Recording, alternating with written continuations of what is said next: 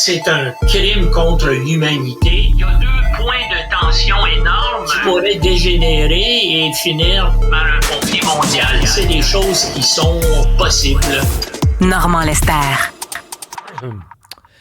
Quel plaisir d'avoir Normand. Et si vous pensez que Normand, c'est quelqu'un de sérieux, qui s'intéresse seulement à la politique internationale ou au dossier du Canada anglais, puis que, j'ai des petites nouvelles pour vous, parce que c'était la semaine dernière ou celle d'avant, on a eu un fou rire, Normand et moi, en chantant une chanson de Robert Charlebois. Il y a un auditeur qu'on aime beaucoup, René Grignon, qui s'est amusé à préparer un petit remix. Donc, ça va être DJ Normand aujourd'hui. J'ai hâte d'entendre. T'as hâte d'entendre ça? Donc, je te fais jouer, puis après, on parle de politique internationale.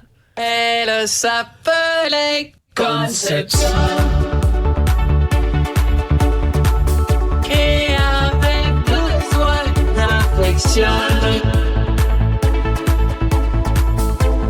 Elle avait chaud en prison. Parce qu'il jouait trop bien du gars. Conception. Voilà. Hey, on pourrait peut-être faire un duo au Théâtre Outremont. Peut-être, Théâtre Outremont. Oui, pour commencer par là. Mi-chemin entre chez toi et chez moi. Oui, puis ensuite de ça, une tournée du Québec et peut-être en... On est parti pour la gloire. On va appeler ça les Lester. Après les Morissette, ça va être les Lester. Normand, c'est un plaisir de t'avoir avec nous. Bien sûr, quand on chante des chansons, mais ce qui se passe en ce moment aux États-Unis n'est absolument pas rigolo. C'est extrêmement inquiétant. Et tu écris ces jours-ci dans le journal à propos, entre autres, de ce qui va se passer quand Trump sera en place. Ce qui va se passer, entre autres, avec l'armée américaine. Oui, pourquoi ça t'inquiète à ce point-là? Il se prépare déjà, là, parce qu'il, écoute, au centre de son programme politique est d'expulser à peu près au moins 14 millions d'immigrants illégaux des États-Unis. Mm-hmm. La seule façon de faire ça, c'est de faire appel à l'armée américaine. Oui. Et c'est d'utiliser les bases militaires américaines comme des camps de regroupement ou, si tu veux, des camps de concentration avant de tenter de les renvoyer dans leur pays. Parce qu'il y a une chose qui est certaine aussi, et ça va avoir des répercussions ici au Canada et en particulier au Québec, c'est que les Mexicains, là, n'en voudront pas de ces gens-là. Oui. C'est-à-dire que le Mexique ne voudra pas des Mexicains ni des autres Latinos. Et les Mexicains, oui, il va probablement devoir les accepter. Oui, mais pas des millions, là. Mais les Salvadoriens, les Guatémaltèques, tous les autres Sud-Américains vont dire non, merci.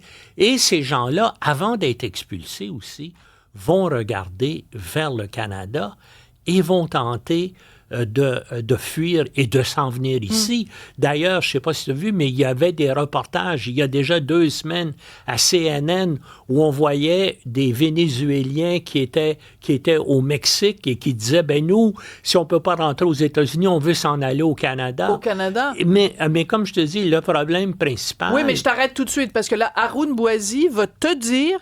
Normand, tu es en train d'attiser les braises de l'intolérance. C'est ça qu'il a dit à propos de Paul Saint-Pierre Plamondon quand Trump a été élu. Paul Saint-Pierre Plamondon a dit ça va avoir des conséquences, une immigration de masse au Québec, et il s'est fait reprocher par Haroun Boisy. Parce que là, c'est pas des musulmans. La plupart de ces gens-là sont des catholiques.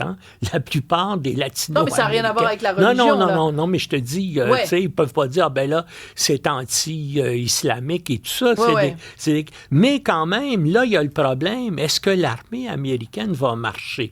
Là, Trump et les hommes de Trump... Est-ce qu'ils vont obéir aux ordres? Combien de militaires? Parce qu'on l'a vu durant la dernière campagne, plusieurs des anciens généraux qui étaient les conseillers de Trump durant son administration ont dit que c'est un fasciste, c'est un homme dangereux. Il ne faut jamais que soit reporté au pouvoir. Bien, il l'est maintenant. Oui. Mais il y a aussi, à tous les niveaux de la hiérarchie dans les forces armées américaines, des sympathisants de Trump. Et c'est sûr qu'il va falloir que Trump fasse appel à l'armée. Est-ce qu'il va invoquer la loi sur l'insurrection?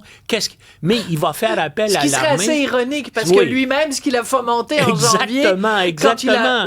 C'était une insurrection. Oui, c'est donc ce serait assez ironique comme retour parce que là, des il va choses. dire, là, il va y avoir des... Parce que imagine les troubles que ça va causer, particulièrement en Californie, où il y a une grande concentration de ces illégaux-là qui travaillent bien sûr dans l'agriculture, qui travaillent dans la construction, dans tous les métiers manuels. Donc, ça va avoir des répercussions sur l'économie de la Californie, mais c'est là aussi où dans les villes, il va y avoir des troubles, il va y avoir de la résistance. Donc, ça va être une raison d'invoquer la loi sur l'insurrection. Mais là, ça va être des troubles épouvantables. Et il y a beaucoup de gens dans les forces armées qui vont dire non. Il y a beaucoup de généraux au niveau de l'état-major interarmé qui vont dire, nous, on ne marche pas là-dedans parce que ça va contre la Constitution des États-Unis et nos valeurs. Alors, il y en a probablement qui vont démissionner et là, Trump va faire appel parce que déjà,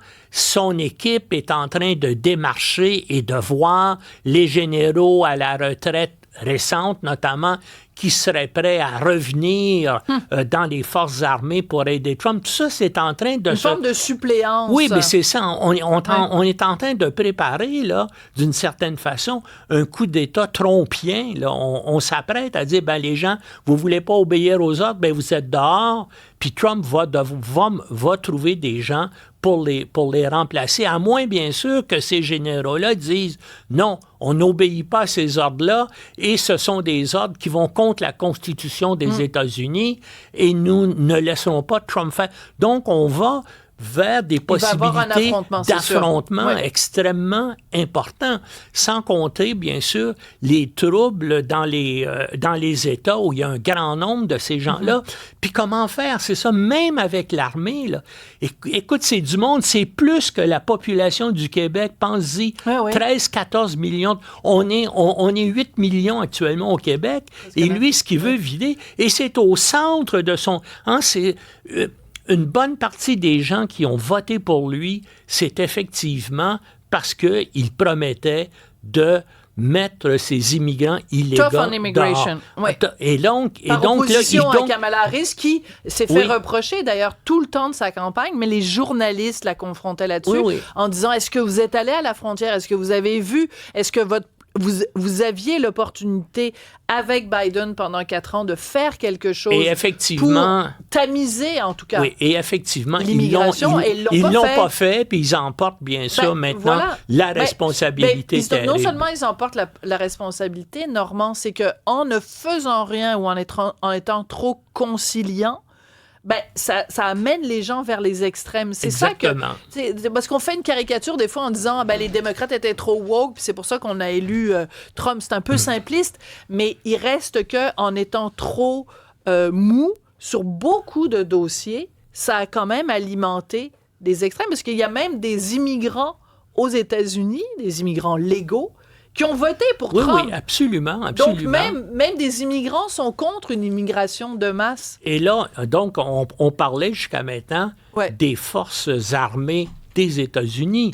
Mais aux États-Unis, comme tu sais peut-être, il y a des milices, dans 44 États américains. Et donc, parce que aux États-Unis, partout, tu as le droit d'avoir une arme de guerre. Hein? Les AR-15, c'est une des armes les plus vendues aux États-Unis. Et tous ces gens-là, bien sûr, ce sont des milices pro-Trump et régulièrement, ils se disent au service de Trump et prêts à agir lorsqu'ils vont donner l'ordre. Comme je te dis, on s'en va vers une période assez chaoteuse dans l'histoire des États-Unis. Janvier 2025, ça va bien aller. Merci beaucoup, Normand Lester. Très hâte de savoir ça va être quoi la prochaine chanson qu'on va chanter ensemble. Au Outremont, on va se faire tout on va se faire un petit duo. On pourrait chanter Pris en flagrant délit de tendresse avec Isabelle Boulay. On fera un trio. Merci beaucoup, Normand Lester.